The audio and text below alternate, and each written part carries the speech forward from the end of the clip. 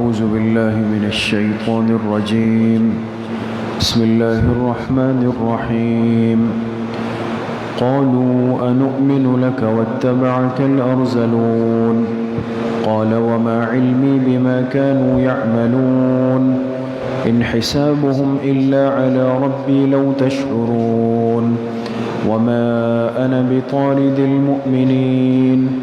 إن أنا إلا نذير مبين صدق اللہ العظیم۔ یہ سورۃ الشعراء کی آیت نمبر 111 سے 115 تک 5 آیتیں آپ حضرات کے سامنے تلاوت کی گئی ہے۔ اس صورت میں ترتیب کے ساتھ بات چل رہی ہے۔ اللہ پاک نے مختلف انبیاء علیہم الصلاۃ کا تذکرہ فرمایا ہے، اور ان کے تذکرے کا مقصد یہ تھا کہ اپنے آخری پیغمبر محبوب کائنات جناب رسول اللہ صلی اللہ علیہ وسلم کے دل کو تقویت دی جائے اور آپ کو تسلی دی جائے کہ اتنی محنت اور اخلاص کے باوجود بھی اگر آپ کی قوم اور یہ قریش والے، یہ مکہ والے اگر آپ کے ساتھ یہ سلوک کرتے ہیں تو آپ اپنا دل چھوٹا نہ کریں، پریشان نہ ہوں، اس لیے کہ یہ سلسلہ ابتدا سے چلا ہوا آ رہا ہے۔ ہر پیغمبر کے ساتھ ان کی امتوں نے یہی سلوک کیا ہے۔ تو حضرت نوح علیہ السلام کا تذکرہ اس رکوع سے شروع ہوا تھا، اور جو آج کی آیات ہیں ان 5 آیتوں میں اللہ پاک نے تذکرہ فرمایا ہے اس بات کا جو ان کی قوم نے جواب دیا۔ نوح علیہ السلام نے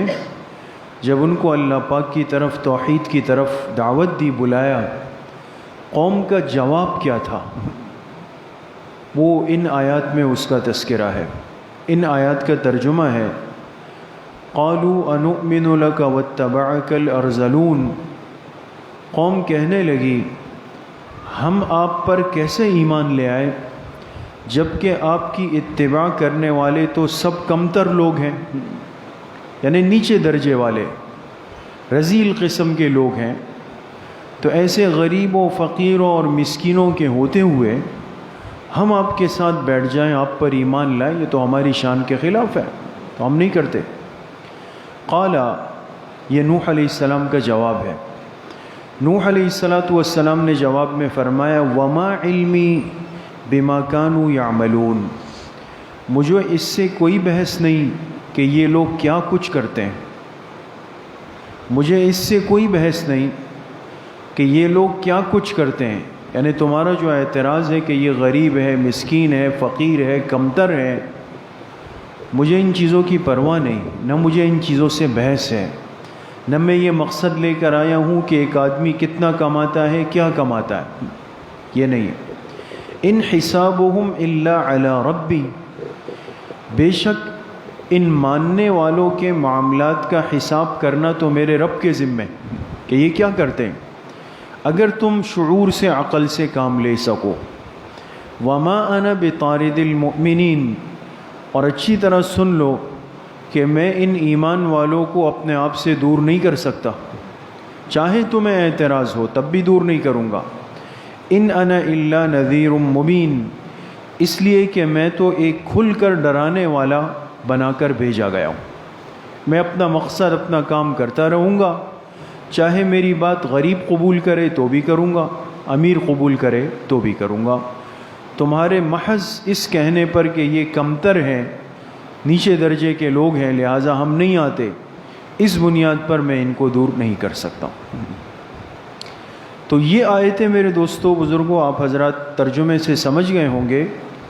کہ یہ قوم نوح علیہ السلام کی طرف سے جواب تھا۔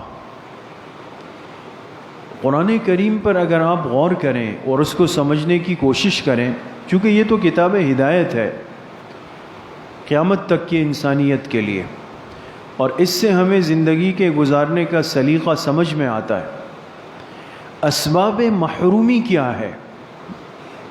بہت ساری چیزیں اس دنیا میں یاد رکھیں ایسی ہے، بہت ساری چیزیں کہ جو اچھے خاصے سمجھدار پڑھے لکھے ذہین عقل مند انسان کو ہدایت اور حق سے محروم کر دیتی ہے۔ باقی وہ سب کچھ کرے گا، اس کے پاس بہت علم ہوگا، معلومات ہوں گی، بڑا ذہن ہوگا، بڑی فنکاری ہوگی، سب کچھ ہوگا، لیکن اس کے باوجود آپ دیکھیں گے کہ اس کے پاس ہدایت نہیں ہوگی، حق نہیں ہوگا، اللہ پر ایمان نہیں ہوگا۔ تو وجہ کیا ہے؟ اب یہ اسباب محرومی قرآن سے سمجھ میں آتے ہیں۔ اللہ پاک اس امت کو سمجھانا چاہتے ہیں کہ دیکھو پچھلی امتوں کے واقعات اور حالات کو محض قصے کہانی سمجھ کر مت سنو، بلکہ اس سے ایک عبرت کا سبق حاصل کرو کہ وہ محروم کیوں ہوئے، ان کی محرومی کا سبب کیا تھا۔ تو یہ 5 آیتیں واضح طور پہ بتاتی ہے کہ بعض دفعہ انسان قلبی تکبر میں مبتلا ہوتا ہے۔ قلبی تکبر، یہ دل کا ایک تکبر ہوتا ہے۔ دل کا تکبر یہ ہے کہ انسان ظاہر نہیں کرے، ظاہر اپنے آپ کو عاجز بنا کر رکھے، لباس عاجزی والا ہو، حلیہ عاجزی والا ہو، بول چال عاجزی والا ہو، لیکن دل کے اندر ایک کیفیت ہو کہ میں کچھ ہوں، اور میں اگر فلاں جگہ بیٹھ گیا، فلاں کے ساتھ کھڑا ہو گیا، فلاں کے ساتھ جڑ گیا، فلاں مجلس میں نظر آیا تو لوگ کیا کہیں گے میرے بارے میں۔ یقین کرے بہت سارے لوگوں کے محرومی کا سبب صرف قلبی تکبر ہوتا ہے۔ جب انسان معیار یہ بنا لے کہ میں فلاں چیز کو قبول اس لیے کروں گا کہ وہاں پر یا تو مال ہو یا منصب ہو، تب اس کو قبول کروں گا، تو یہاں مفسرین نے ایک جملہ لکھا ہے، اس جملے کو آج سمجھ کر جائیں دوست۔ فرماتے جب انسان معیار مال یا منصب کو بنا لے کسی بھی چیز کو قبول کرنے میں، اگر انسان معیار مال یا منصب کو بنا لے، بھئی میں اس فلاں چیز کو تب قبول کروں گا جب یہاں مجھے مالدار حلقہ ملے گا یا مجھے مال ملے گا، یا میں اس فلاں جگہ کو اس صورت میں قبول کروں گا جب یہاں منصب والے لوگ نظر آئیں گے یا مجھے منصب ملے گا۔ تو جب انسان معیار اس چیز کو بنا لے تو مفسرین فرماتے ہیں کہ ایسے آدمی کا دعوی ایمان بھی قابل قبول نہیں، یعنی چاہے یہ پھر دعویٰ کرے کہ میں مسلمان مومن ہوں، اللہ کے ہاں قبول نہیں ہے، اس لیے کہ ایمان تو دل کی کیفیت ہے، دل کی کیفیت ہے، اور جب انسان اس کیفیت کے ساتھ اپنی شرائط لگانا شروع کر دے کہ بھئی تب ایمان لاؤں گا جب یہ ہو، تب ایمان لاؤں گا جب یہ ہو، تب ایمان لاؤں گا جب یہ ہو، اللہ پاک ایسا ایمان قبول نہیں کرتے۔ وہاں تو الذین یؤمنون بالغیب، بن دیکھے ایمان معتبر ہے۔ جہاں پر انسان مال کو، منصب کو، جاہ کو، اسباب کو بنیاد بنا لے، ایسے ایمان کی اللہ پاک کے ہاں کوئی حیثیت نہیں ہوتی۔ اس لیے میرے عزیز و دوستو بزرگوں، ہمیشہ اس بات کو یاد رکھیں، یہ حق اور ہدایت سے محرومی کے اسباب میں ایک بہت بڑا سبب ہے، اور آج بھی ہمارے ہاں ایک بہت بڑا طبقہ وہ صرف اس وجہ سے خیر اور ہدایت کو اور اس کے ماحول کو قبول اس لیے نہیں کرتا کہ ذہن میں یہ ہوتا ہے کہ بھئی یہ تو زمین پر بیٹھے ہوئے لوگ ہیں، چٹائیوں پر مٹی میں بیٹھے ہوئے لوگ ہیں، اور ایسے پھٹے پرانے لباس والے لوگ ہیں، تو لہٰذا ان کے ساتھ تو بیٹھنا جو ہے نا یہ کوئی خاص نہیں بیٹھتا ہوں، محروم ہو جاتا ہے۔ اس لیے سورۃ الکہف میں اللہ پاک نے جناب رسول اللہ صلی اللہ علیہ وسلم کو حکم دیا، اور حکم اس لیے دیا تھا کہ مشرکین مکہ کا ایک وفد آیا، سرداران قریش جو بڑے لوگ تھے آپ علیہ السلام کی خدمت میں، اور انہوں نے کہا کہ ہم آپ کی بات قبول کر سکتے ہیں، لیکن آپ کے ساتھ جو بیٹھا ہوا حلقہ ہے یہ ہمارے معاشرے کا سب سے کمتر طبقہ ہے، کوئی غلام ہے کوئی مزدور ہے، کوئی کاشتکار ہے، ایسے لوگ آپ کی مجلس سے جڑے ہوئے ہیں۔ اس لیے کہ شروع میں گنے چنے لوگ جو بڑے، حضرت ابوبکر صدیق رضی اللہ عنہ جیسے لوگ جو خاندانی مالدار تھے، وہ گنتی کے لوگ ایمان لائے، باقی سارا طبقہ کوئی غلاموں کا تھا، کوئی غریبوں کا تھا، ایسے تھے۔ تو انہوں نے کہا آپ ان کو ہٹائیں، ہمارے لیے الگ مجلس رکھیں، تب بات ہوگی۔ تو اللہ نے آیت اتاری، وَاصْبِرْ نَفْسَكَ مَعَ الَّذِينَ يَدْعُونَ رَبَّهُمْ، اے میرے حبیب صلی اللہ علیہ وسلم، ان کی باتوں کی کوئی حیثیت نہیں، کوئی پرواہ نہیں، آپ اپنے نفس کو، اپنی ذات کو جوڑ کر رکھیں۔ وَاصْبِرْ نَفْسَكَ مَعَ الَّذِينَ يَدْعُونَ رَبَّهُمْ بِالْغَدَاةِ وَالْعَشِيِّ يُرِيدُونَ وَجْهَهُ، وہ لوگ جو ظاہراً قریب ہیں لیکن دن رات اللہ پاک کے ذکر اور یاد میں لگے ہوئے ہیں، آپ اپنے آپ کو اس جماعت کے ساتھ جوڑ کر رکھتے، یعنی صحابہ کے ساتھ، ان کے ساتھ جڑ جائیں اور ان سے آپ اپنی نگاہیں نہ ہٹائیں۔ حکم آیا۔ تو جب حضور علیہ السلام کو اللہ پاک نے حکم دیا کہ ان باتوں کی حیثیت نہیں، آپ ان صحابہ کے ساتھ، چاہے یہ غریب ہے، مسکین ہے، جو بھی ہے، آپ ان کے ساتھ جڑ کر رہیں، قیامت تک کے انسان کے لیے بہت بڑا سبق ہے۔ ان چیزوں کی کبھی بھی پرواہ نہیں کرنی چاہیے۔ اس لیے حدیث پاک میں آتا ہے، آپ علیہ السلام نے فرمایا، کلکم من ابناء آدم وآدم من تراب، تم سب کے سب آدم علیہ السلام کی اولاد ہو اور آدم علیہ السلام مٹی سے بنے۔ انسان کو اس کی اصل بتا دی کہ کچھ بھی کر لو، بیٹا کتنا بھی بڑا ہو جائے باپ سے اوپر نہیں جا سکتا، باپ تو اوپر ہے، یہ اپنے باپ سے تو اوپر اس کا باپ نہیں بن سکتا۔ وآدم من تراب، بات نکتے کی ایک کر دی، آدم علیہ السلام تم سب کے باپ ہے، جد امجد ہے، اور وہ مٹی سے بنے ہیں، تم بھی مٹی سے بنے ہو، لہذا یہ بات اچھے طریقے سے سمجھ لو۔ اس لیے کبھی بھی انسان ان چیزوں کی پرواہ نہ کرے، جہاں سے ہمیں ہماری ہدایت کی، اصلاح کی، خیر کی بات مل رہی ہو، انسان اس مجلس، اس ماحول، اس جگہ کو اختیار کرے۔ امام مالک رحمۃ اللہ علیہ درس دے رہے تھے مسجد نبوی میں، چونکہ امام دار الہجرہ ہے، سب سے زیادہ چاروں ائمہ میں امام مالک رحمۃ اللہ علیہ واحد امام ہے جنہوں نے مسجد نبوی شریف میں آپ علیہ السلام کے روضہ مبارک کے ساتھ بیٹھ کر حدیث مبارک کا درس دیا، سب سے زیادہ۔ تو ہزاروں طلبہ پڑھنے کے لیے آتے تھے دور دور سے۔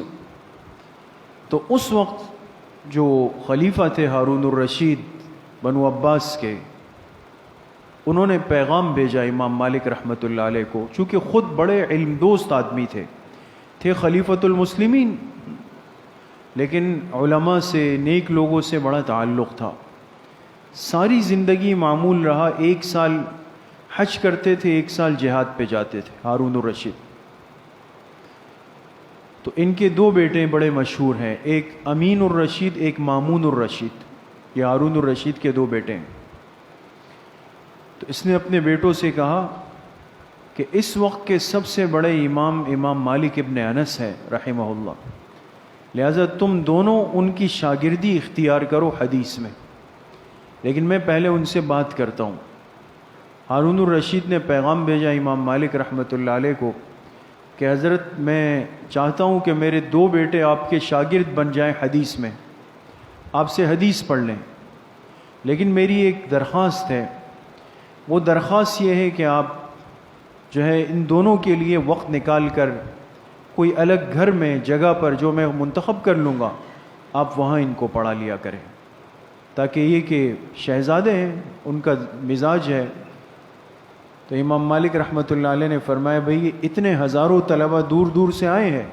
پوری دنیا سے، تو میں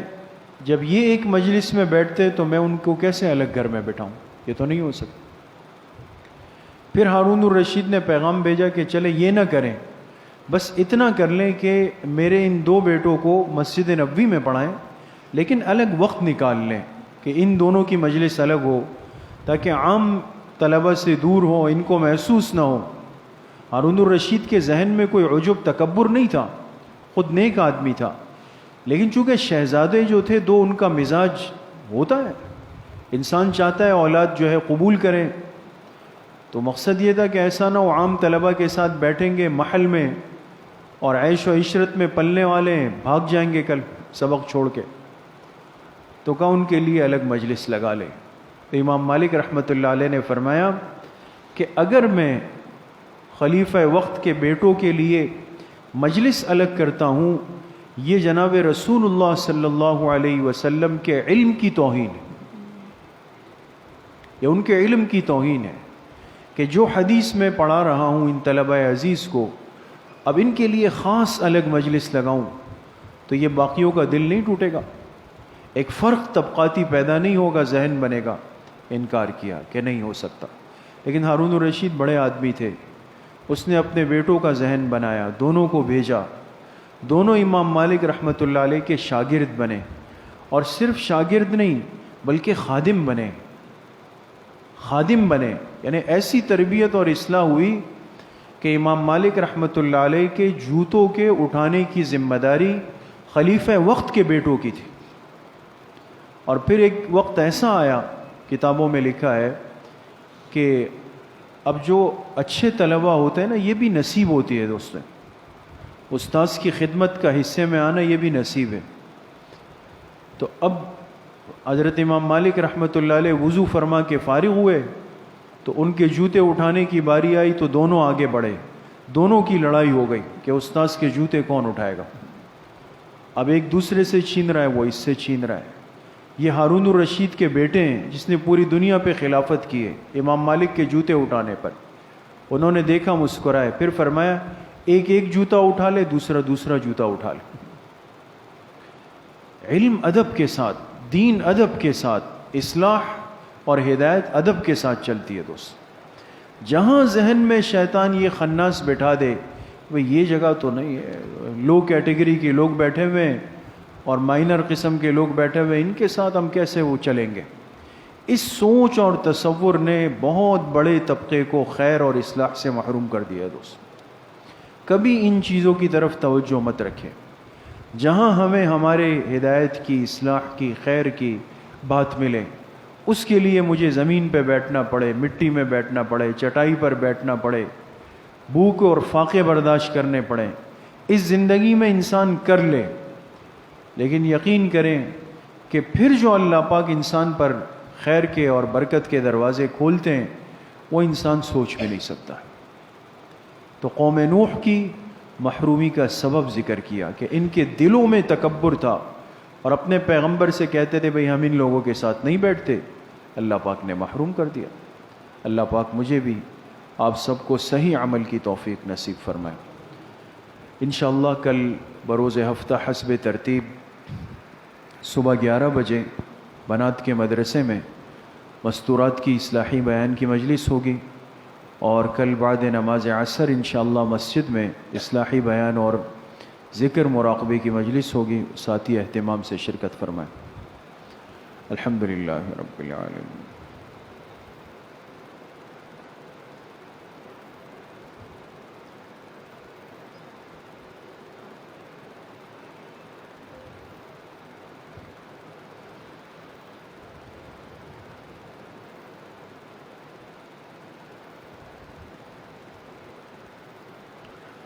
وصلی اللہ وسلم علی نبینا محمد وآلہ وصحبہ اجمعین برحمتہ۔